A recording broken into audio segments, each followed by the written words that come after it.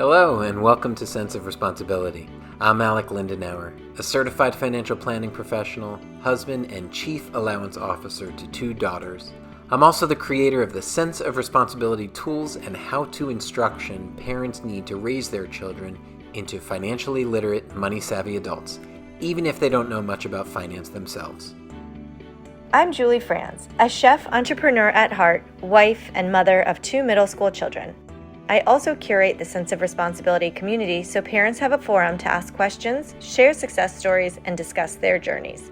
As a financial newbie myself, I'm also cultivating our group support system to help carve out my own family's path toward financial literacy. Julie, this is the first of many, we hope. That's the plan. So you and I started our relationship. We became neighbors and friends when your kids were in kindergarten and second grade, and mine were in first and third. So let's start there. Let's start talking about money and the family dynamic that goes along with it. So there I was living across the street. I had actually started, it wasn't called Sense of Responsibility, but I had started on this allowance methodology with my kids, I think the year before that. So you didn't begin then, you saw what was going on. So you didn't start until your kids were in 5th and 7th grade. So the first question that I have is, why didn't you begin when your kids were really early? What was stopping you from bringing financial responsibility into your household in a way that you wanted to teach your kids? So many layers to that answer, actually. First of all, I did buy the force allotted piggy bank that you had recommended back then. I tried it, and I think at that time I had it in my head that I had to do weekly. I had to use the coins, and I couldn't get it together. I couldn't follow it, so I just gave up. And so rather than trying to create something that would work for me and for my family, I, saw that piggy bank as that was the thing. It wasn't about the method. So I couldn't go to the bank all the time. I could never keep up with the coins. Like you, I was getting my bloody knuckles from trying to reach in there. And we didn't have a roadmap, right? We didn't have the steps to make it work. It was just here's allowance, divide it up, throw it in the piggy bank, and we're done, right? And then we gave up. So now, since I joined you on Sense of Responsibility, and really took the time to watch the course and see the step by step of how to really start very deliberately. And also, just to know even how to talk about it ahead of time with my kids, to set them up correctly so that it wasn't just a free for all, throwing money at you and putting it in a bank, I followed the steps. It worked out a lot better when, we tried it this time and they were in 5th and 7th grade. But I really do wish that we had started earlier. I'm kind of relating it to potty training, right? It's the earlier you start, kind of the easier it is to get the momentum. I really wish that I had started when we had originally talked about it and they were a little bit more impressionable. They're teenagers now, so they're a little bit more feisty. Right. Getting them to do anything at this point is a challenge. Yeah. But I think one of the things that we've talked about in the past is your upbringing around money and your discomfort on a certain level. And where do you think that played into it? Kind of your upbringing and your husband, Robbie, his upbringing about money. Speaking for myself, I was raised in a split family, right? My mom and dad were divorced when I was 2. So already, from a very young age, I saw money as a struggle. I saw it something that my parents fought over. And I was kind of this, in the middle, my existence, kind of was intertwined with money. But yeah, I didn't really have a say on, how money was spent or divided or anything. So it was kind of wrapped up in a lot of emotion and complexity. And then my mom and stepdad had a business. And they would talk business at dinner. And, I always heard talk of business, but I wasn't involved in the conversations about money. So it kind of became more of a taboo thing. And it was the money was always a struggle. It was a challenge. We had to work hard to get money, but it was stressful and it caused fights and there was never enough. So I think for my whole life, it was just something that I wasn't involved in. I wasn't educated about. I wasn't part of the conversation. And I saw it as just like constant struggle. And, I think that just like played into the way I saw money in my marriage and when I had kids, we were always just struggling. We couldn't quite get there. And we just never really talked about it. We just like didn't budget well. I think I just like carried a lot of that childhood money energy with me. And honestly, so I have to imagine that kind of played into all of it too, in terms of the delay, right? Not just the bloody knuckles, but right. Carrying that baggage, if you will. Totally. And so, I think when you and I started talking more about sense of responsibility in a way that, motivated me to get started, I really put more focus and energy into like talking about money and thinking about money and shifting all of our perspectives about money. And it's really helped our whole family. I mean, the way that Robbie and I are able to talk about money as a married couple, and the way that we're able to talk to our kids about money, and the way that we've shifted conversations from before were like no or yes. You either say no to that expense or you say yes to that expense. Now it's like, let's talk about this. Like, why do you want that? And is it worth it? And how can we work towards it? And do you think that this is worth it to you? I mean, it becomes this whole conversation, which we never had as a family or as a married couple before. Yeah. So it's totally shifted our dynamic. Thank you, Alec. You're welcome. Has that been the most surprising thing as you embarked on this, is the impact on the larger family as opposed to just on your kids? Or is there some other thing that you would say is the biggest surprise?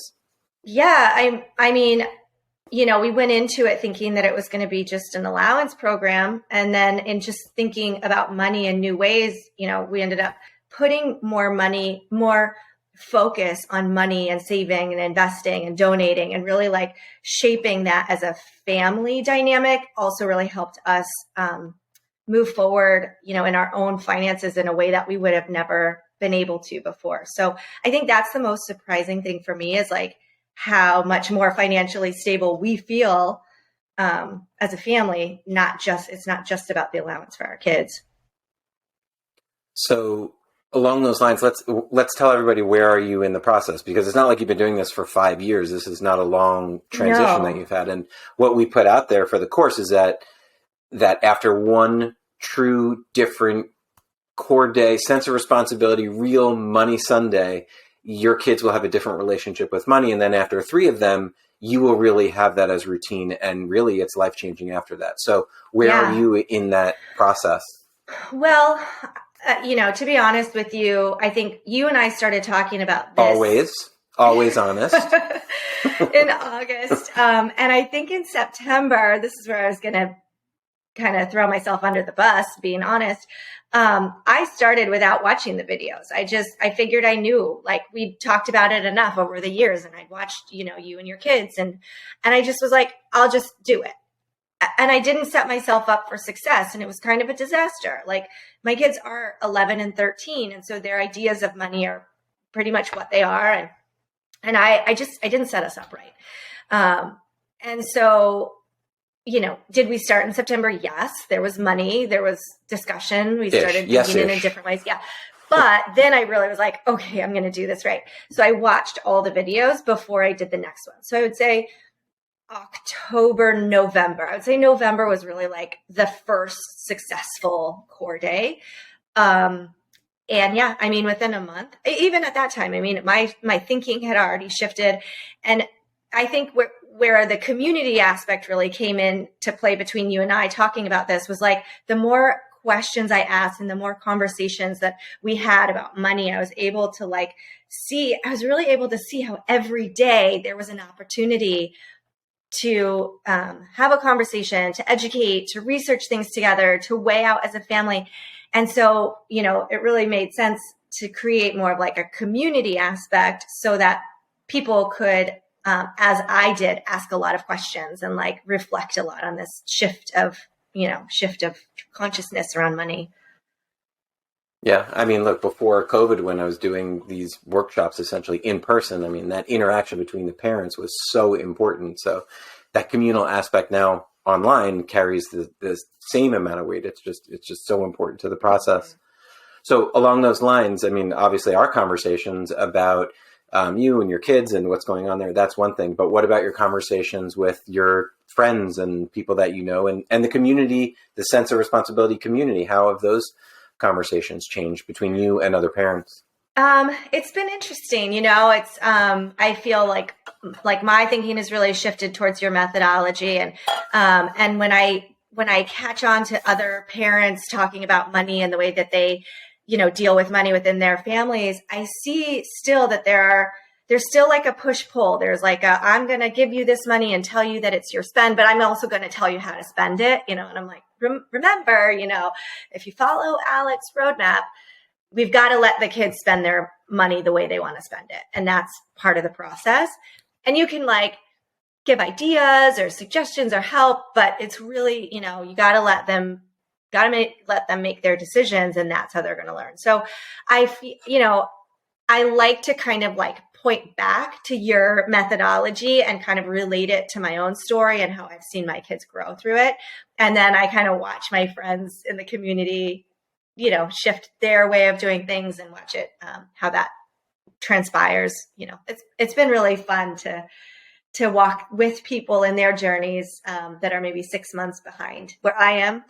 And so just keep pointing back, like, don't forget Alec's roadmap. Like it works, I'm proof it definitely works.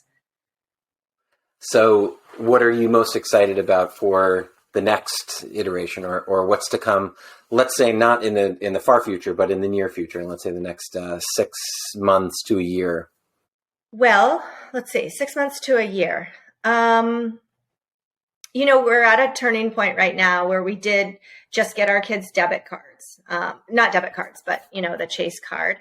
And it's going to be an interesting transition because, we still are going to keep all of the core day learning opportunities going that we've, already started. So we're still going to use some cash. We're, some things maybe won't be in cash and some things will be in cash. And we still want our kids to use cash for spending, and we'll still track, everything on the journals. But I think it'll be a nice next step for the kids where they kind of feel even more sense of independence and responsibility. I think it'll be nice for the summer also going into this kind of next step, because they will be traveling a little bit without me. And, I'm excited to kind of continue this process as they get older, encouraging them to also learn new skills and new tools. I'd like to see that. It is fascinating. I mean, I'm continually fascinated by my kids through the whole process. Mm-hmm. So actually, maybe you can tell the story. I know you put up a recent blog post about John and his experience with the RC plane. So maybe you can tell that story. Sure. So John is an avid biker, which, as you know, and most of his money... Expert avid. Yes, expert avid biker. Most of his time and money goes to biking and biking gear and biking tune-ups. But he was in a very big accident in March, and he could not bike for about 3 months, which was the hardest thing ever for him. But he had to take a break. So for a while, he couldn't even do any sports outside, any wheeled sports, anything. So he took up RC planes. And that was a good way for him to spend his time. So he got a couple Amazon gift cards after his accident. So he had bought a few small RC planes, but then he wanted the next level. So we went to the hobby shop and he, studied every plane and looked at his savings, what he'd, been able to save up, and weighed it against the different RC planes. He didn't want to waste, a lot of money on a plane that he was only going to use for a month. So he really it was really cool to see him analyze the whole purchasing process. Before sense of responsibility, he would have just been like, I don't care, I want that one, but we left the store. He thought a lot about it. counted the money again. And so he was like, you know what, I'm going to be biking in a couple months. Let's just get the $70 plane. I have enough money for it. I've saved up, but this is the right decision. So we go back to the store, we buy the plane. Right? Just even that part. I mean, just the deliberation over, you're trying to raise an educated consumer. You want to make sure they're making good decisions with their money. I mean, yes, same experience with you. My kids would be like, I want that one. And, mom's money, dad's money didn't matter. It's like, out the door. Yeah. Whole different ballgame when they're considering the purchase. Yep.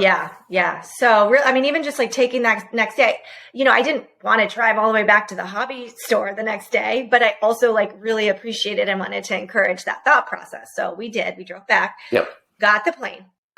We were going, over a town over where I grew up to a friend's house, and they have some smaller kids and they have a big lot next to them. So John, he just knew we're going to this house. There's a big lot. I'm not going to want to like hang out, so much with the little kids. So I'm going to have my plane. I'm going to fly it. This is going to be perfect. He held it the whole way. He looked at it. He studied it. Like he bought it, it was so special to him. He loved it. He loved that plane. And so we get there. He takes it out of the box. He gets it all set up. We charge the battery the whole way there. And so I just get into the first conversation with my old friend, we're just like barely into the second sentence or the second topic or whatever. And he comes like running up the driveway. It's already broken. I guess, I don't know. Was it a little too breezy that day? Was maybe the RC, the remote control piece was different than he had expected. But anyway, it nosedived. It crashed. It broke. I mean, the wings broke. He was like asking for tape. He was taping it back together, took it out, crashed again. So in the blog, there's a picture of the broken plane. I mean, destroyed, like absolutely destroyed. I called the shop. As a plane crash should be, right? Yeah. It was bad. But he kept trying. It was like, he just thought, okay, I can fix it with tape. It was really sweet, but he had bought that with his money and it was very special. And so we called the shop. They're like, we can't really return it. You can bring it in. We can try to fix it for you, which we did. And they did. And it still broke. I felt really bad for him. He'd worked for that savings and been saving for a couple of months, and he'd worked for that plane and used all of his saving money in his bucket. And I wanted to like pay it back. I wanted to like buy a new plane for him, and I just kind of like, I went back to the why of the sense of responsibility, right? And like, in the end, I'm not just handing my kids money to hand them money, right? And there's a why. They need to learn the lessons of spending money. And maybe sometimes they make mistakes, and maybe sometimes things break or get lost or whatever, but like, that's life. So when I have something and it breaks, nobody comes and gives me the money for it or buys me that thing new. Like I either have to resave and repurchase it or just let it go and learn from my mistake of that purchase. So anyway, he didn't really ask. I mean, he didn't expect me to buy it for him again. He didn't expect me to give him the money. And maybe that also was part of the sense of responsibility working, right? Because this was like a few months after we'd started. So for sure. He didn't ask for it to be repaid. But I think just as parents, it's just hard to see your kid go through that. What were some of the follow-up conversations that you had with him about it? I mean, we were getting closer and closer to when he could do other sports again. So he didn't want to spend a lot of money on a new plane. He had one plane that got lost in the sky somewhere. And that one had worked really well. So I said, that one was only $50. You still have, some Amazon cards from your accident. Why don't you just get the plane that worked? It wasn't, as fancy. It wasn't quite as expensive. It's maybe $40. So he was able to buy, the plane that he had already had and he knew worked. And, 2 weeks later, he was done with RC cars or RC planes anyways. So I think the learning lesson in that and the conversations were more about just knowing that sometimes purchases are great. Sometimes they're not. Sometimes you can read sometimes they don't work out in the world and they're still not great. Like it's just kind of the risk that we take. And we just want to make sure that when we're buying something that we really understand where our money's going, and that there's no like magic, Easter bunny or tooth fairy to come and like drop money from the sky to repay for that thing. So it was the life. So what is he saving for now? So now what is he saving for? Don't know. He just spent some of his savings, because he was cleared for biking. Yesterday was really the first day he was out back on his bike doing jumps, which is terrifying. But he needed to pay for his 2 bikes to be tuned up. We needed to buy a new copper chain for one of them. He needed a new helmet since his one that had been crashed couldn't be used again. Shattered, yeah.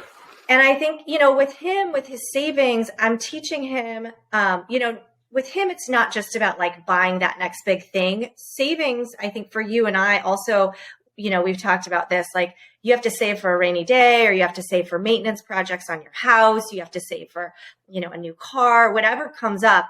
And so for him, I'm sharing that with him. Like, if you're really into biking and you're not necessarily saving for like a thing, you have to use your savings towards those unexpected expenses that come up with your sport. So I think he used about $250 on the tune-ups and the new helmet.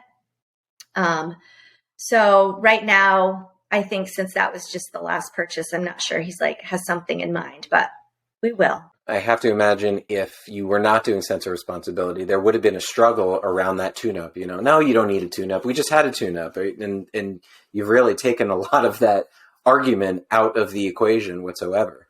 Or I would have just paid for the tune-up. I mean, I did pay for the tune-up because I've been giving him the money to save, but I would have just paid for the tune-up. But now I've given him the money, and then we've talked about how that savings needs to be used for the tune-up. So yeah, he's not arguing it with me because he knows I did give it to him, and that this is about learning where money has to go. And it just made it more of a conversation instead of us just going and me shelling out the money. Yep.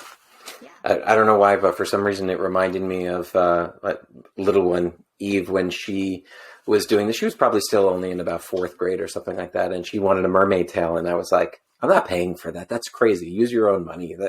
And so she did.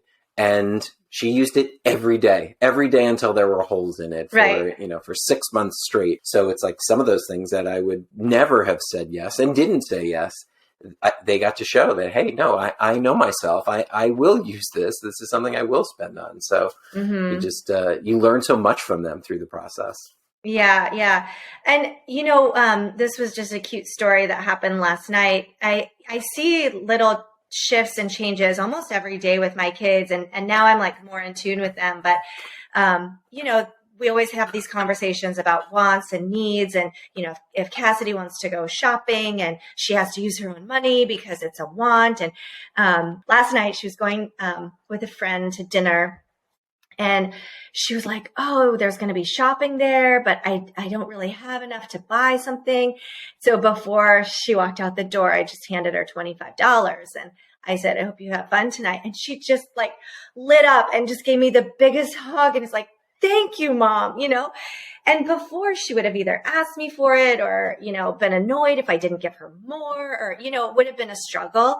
And now she understands that her budget and her allowance and, everything is kind of set in this parameter. And so just that little gesture of $25 out of the blue, I just like saw the gratitude that I hadn't seen before when it came to money. So it goes back to your scarcity conversation of just like when you make it more scarce, then every little bit means so much more.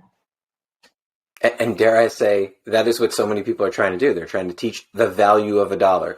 So the value of the $25 has been increased so much by giving them the experience of being able to spend it on their own. We want to teach our kids gratitude too, right? I mean, every parent wishes their kids were more grateful. And so in that moment, I was like, I'm not only teaching my kids about scarcity and the value of $1, but like I just saw a moment of true gratitude that I did not expect. It was really sweet.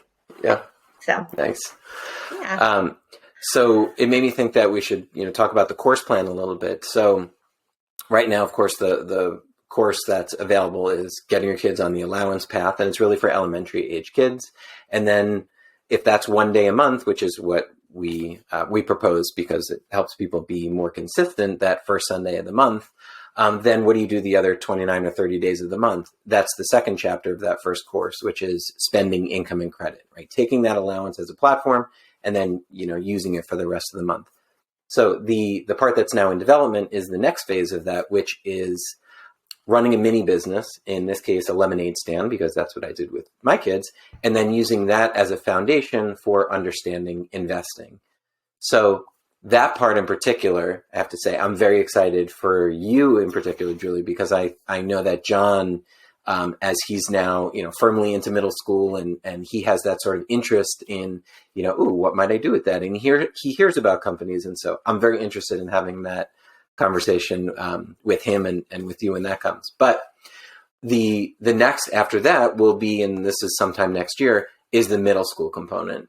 And the middle school component, continuing on that money savvy journey, goes to what you were saying, which is where that emergency reserve, the development of that emergency reserve is a very big step. So with my kids, in particular with my older, with Grace, we started with when some calamity happened. I forget what it was right now, but there was some unexpected thing that broke and she needed to pay for, or she did in the house. And it was, well, what you really need to do is build up that emergency reserve. And so we talked about how I do that with clients as a financial advisor. It's okay, 6 to 9 months of living expenses is a typical recommended reserve.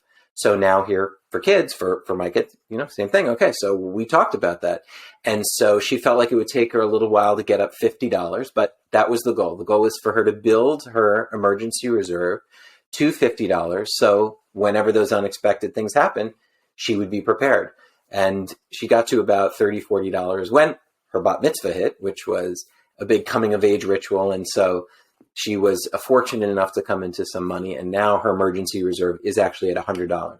So she has, the debit card, which we just introduced. And so I know we'll be talking about a lot about that in maybe even in our next podcast.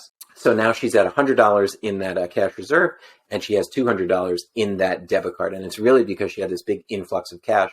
And I trust her because she's been doing this for now since third grade, and she's now going into high school. So it's a long ramp up to that, but she can handle that much cash and that much cash management. So that's, and you're already on that path. So it's amazing to see that they understand that cash reserve already. John does. John does. I wouldn't Which say is Cassidy's quite there. Yeah, Cassidy's a spender. She's learning, better habits of how to spend and what, what is valuable and what is not and things like that. But we have some room for improvement there with the cash reserves and the savings. But I think we're on the right track. There's always room for improvement. That's for sure. Yes, for sure. That was a good first shot. This is our very first shot at this. So I think we nailed it, Julie. Yes, nailed it.